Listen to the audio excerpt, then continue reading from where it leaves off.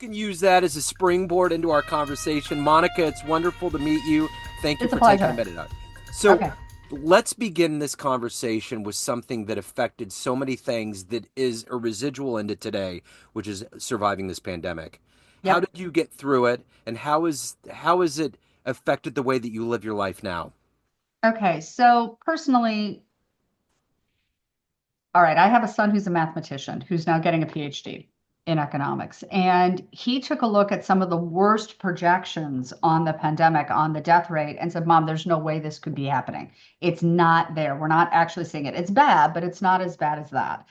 And once reason and logic started to kick in, it allowed me to create some distance. So I was one of those people who would get in the car with my dogs, go to the dog park, and walk. And I made sure that I never lost that every morning. So every morning that I possibly could, I was out there right at sunrise, enjoying the sun, enjoying even seeing people 20 feet away made a difference.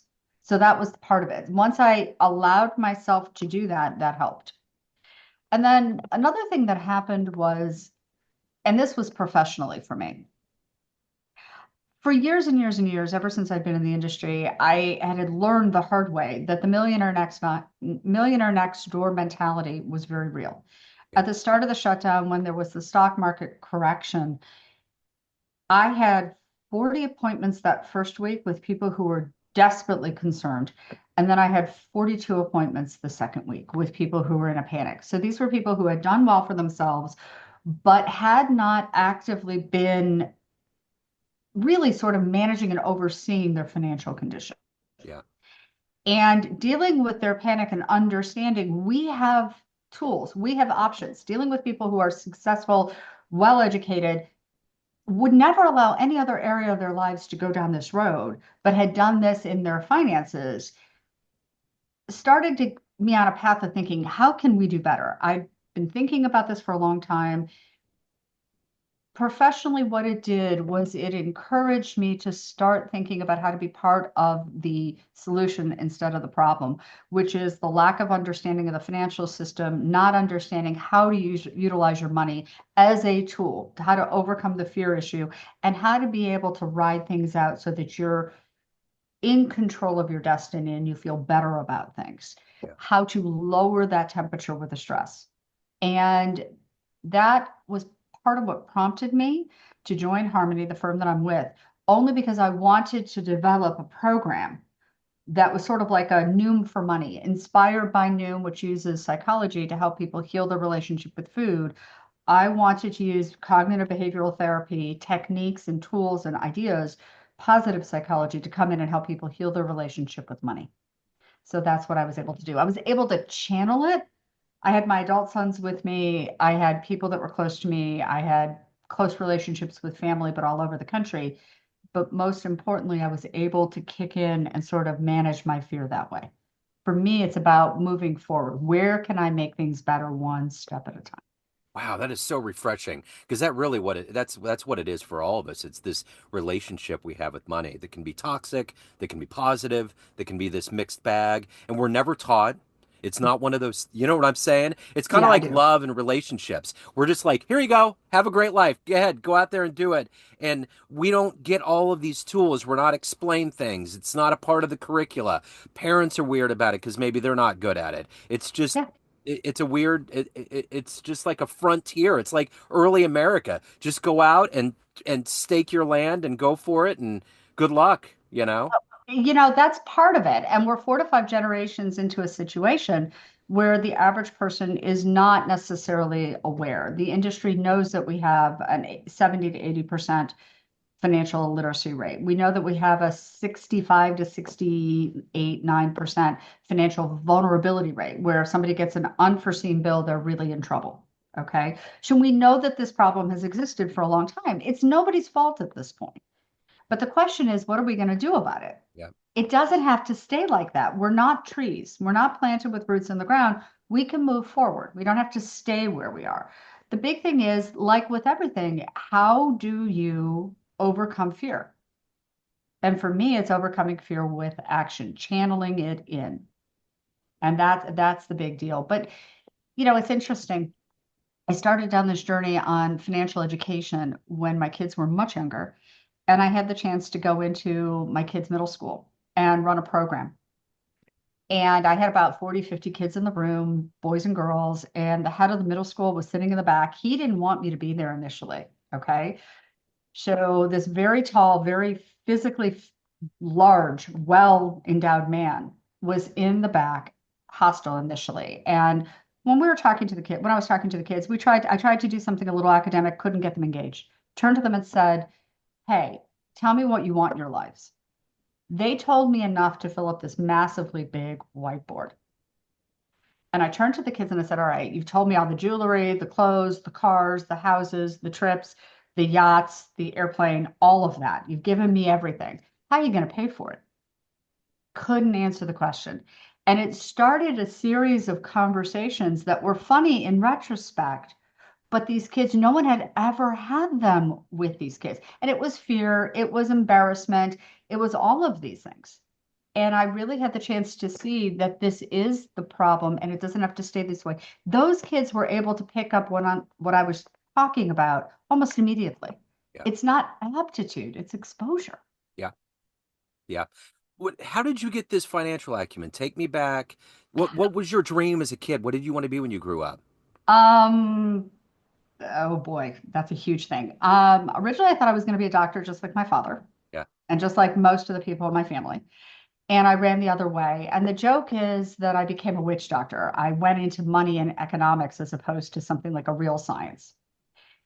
Got out and started doing economic research and discovered when you're crunching numbers that don't mean anything to anyone, I can't stay involved with that. I have to be emotionally invested in what I'm doing. I have to feel like I'm doing something that actually matters to somebody. Work is work, and I know it's difficult, but it has to, at the end of the day, be used for something. And economic research was not it. So after my kids were born, we had a situation where my husband had a hard time getting health insurance. And somebody who was a financial advisor sat me down and walked me through what we needed to do for him. We got the insurance, and I thought, you know what? This involves the analytical part of my brain, but more importantly, it's used and it can make a difference. And so that's when I decided eventually to go after it. And I went into the financial advisory world. So, talk to me a little bit about who the inspiration has been for you to kind of fuse not only this acumen for finances, but to weave in the psychology and help people relationally with money. Who's been that kind of inspiration for you? Okay, so there were two referrals that I got.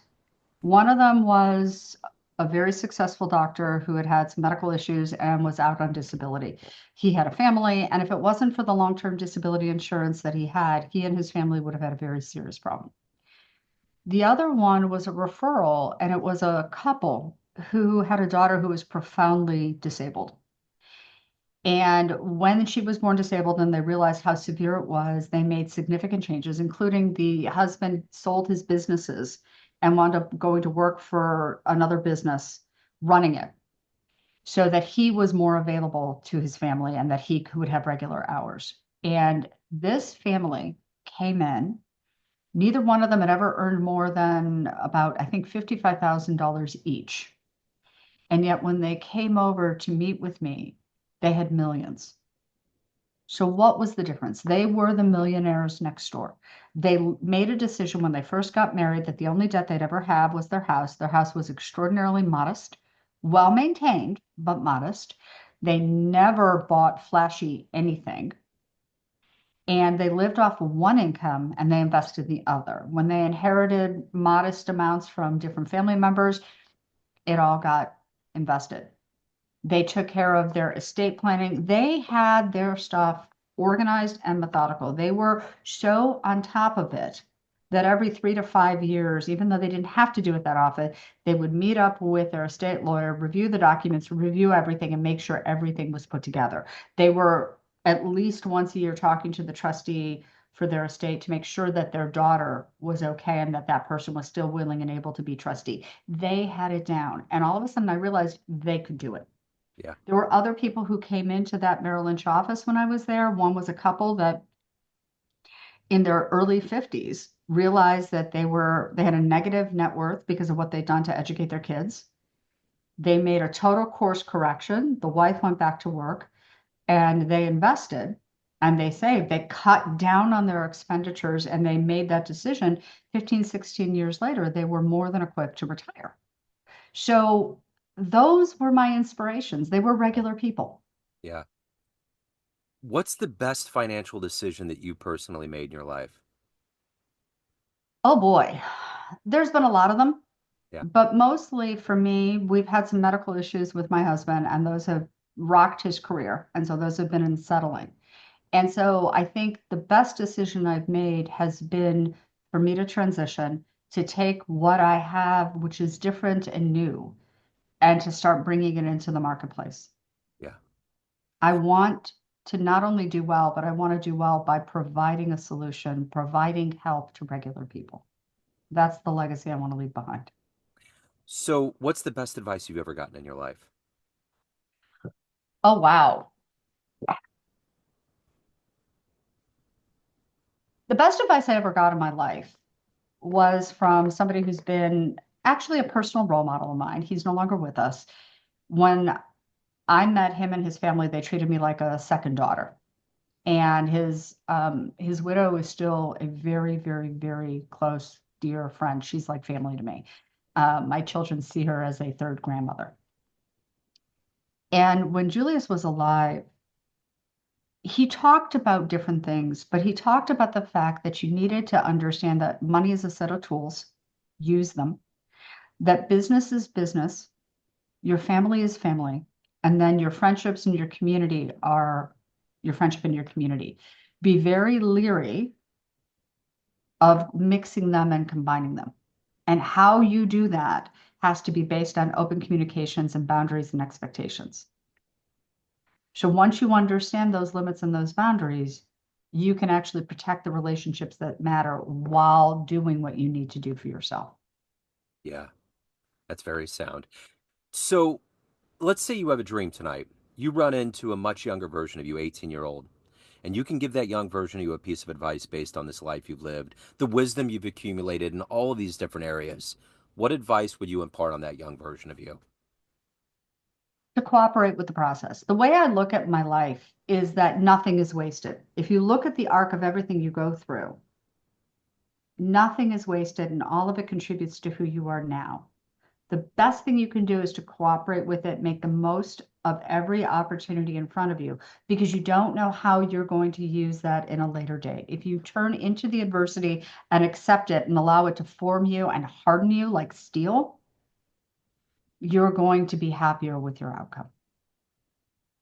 So, if you could meet one person alive on the planet right now that is in your field, that would be self edifying, somebody that would make you grow and be better, who would you love to spend some time with? Okay, this is going to surprise you. It's not in finance, but it's in Okay. psychology. It's Aaron Beck, Okay. founder of cognitive behavioral therapy and Yeah. theory. Yeah. And I find his stuff to be extremely useful. I'm convinced that 90% of success of everything is really in between the ears and close to the brainstem. Yeah. Okay. And taking custody of the mind. You can't go anywhere that your mind hasn't been before. Yeah.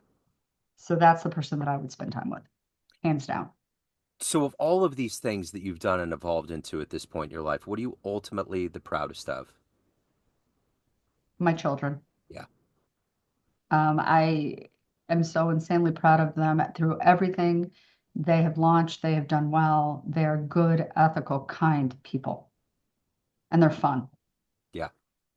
So, let me ask you kind of a fantastical question. We get off this call, time machine pulls up in front of your house. You can go anywhere in the history of time and see one event unfold before your own eyes. What would you love to have seen happen?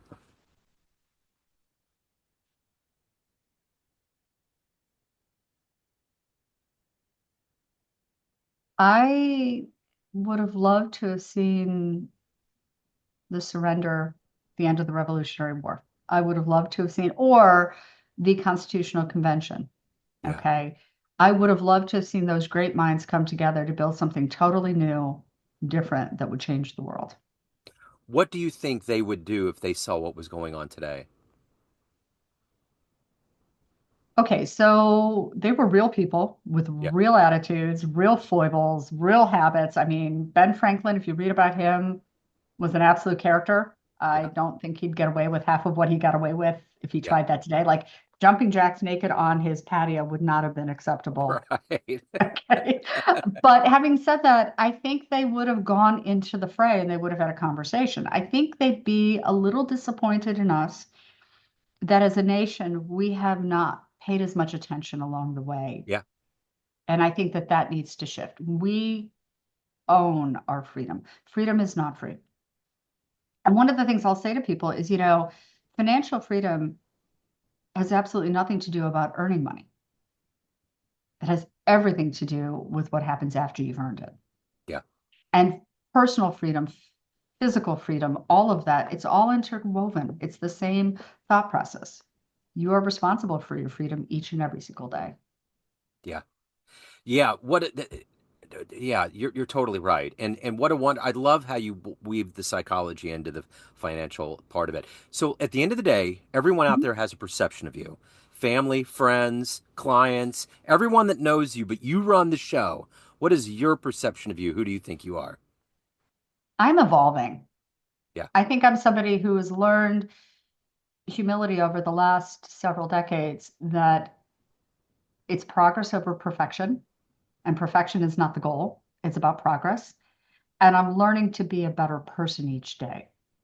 So it's not done. It's never done. As long as I'm alive, there's always an opportunity to grow a little bit, to do a little bit more. Each day is the gift.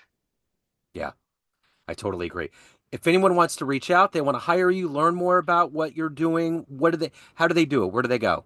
Okay, we have two websites, but really the easiest way to reach me is just email me. It's mkaufman@harmonyam.com, and I'd be happy to hear from you. Monica, this has been so refreshing. What a great story. Thank you for taking time out today. Have a great holiday season. Thank you. Same to you. Thank Really, you. truly, this has been a lot of fun. Yeah, it certainly has. Thank you. Take care. Take care. Thank you. All right, we're out. What a great story. I love the idea. I'm a huge fan of Malcolm Gladwell and that whole idea of weaving in psychology into things. Are you a fan of Gladwell? I am, and I've read Yeah. some of his stuff, and I need to go back over it with a fine-tooth comb. I tend to pull it apart and then try to put it back together or put it into situations. Yeah. So I try to do it that way with Yeah. everything.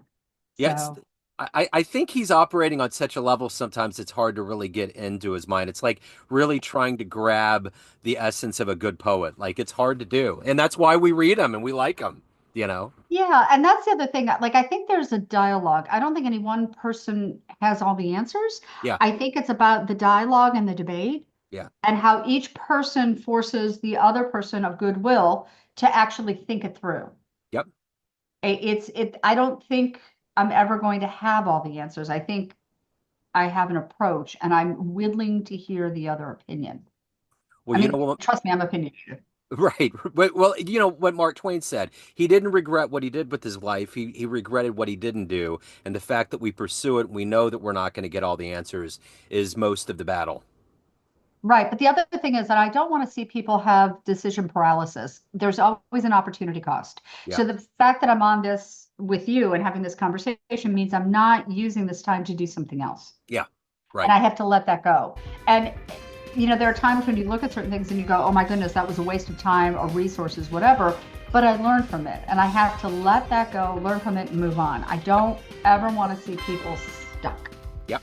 I totally agree. Monica, this has been wonderful. Thank you again. I appreciate it. Have a great 2025 and a great holiday season. You take care, and I would love to talk to you anytime. Take Yeah, care. you bet.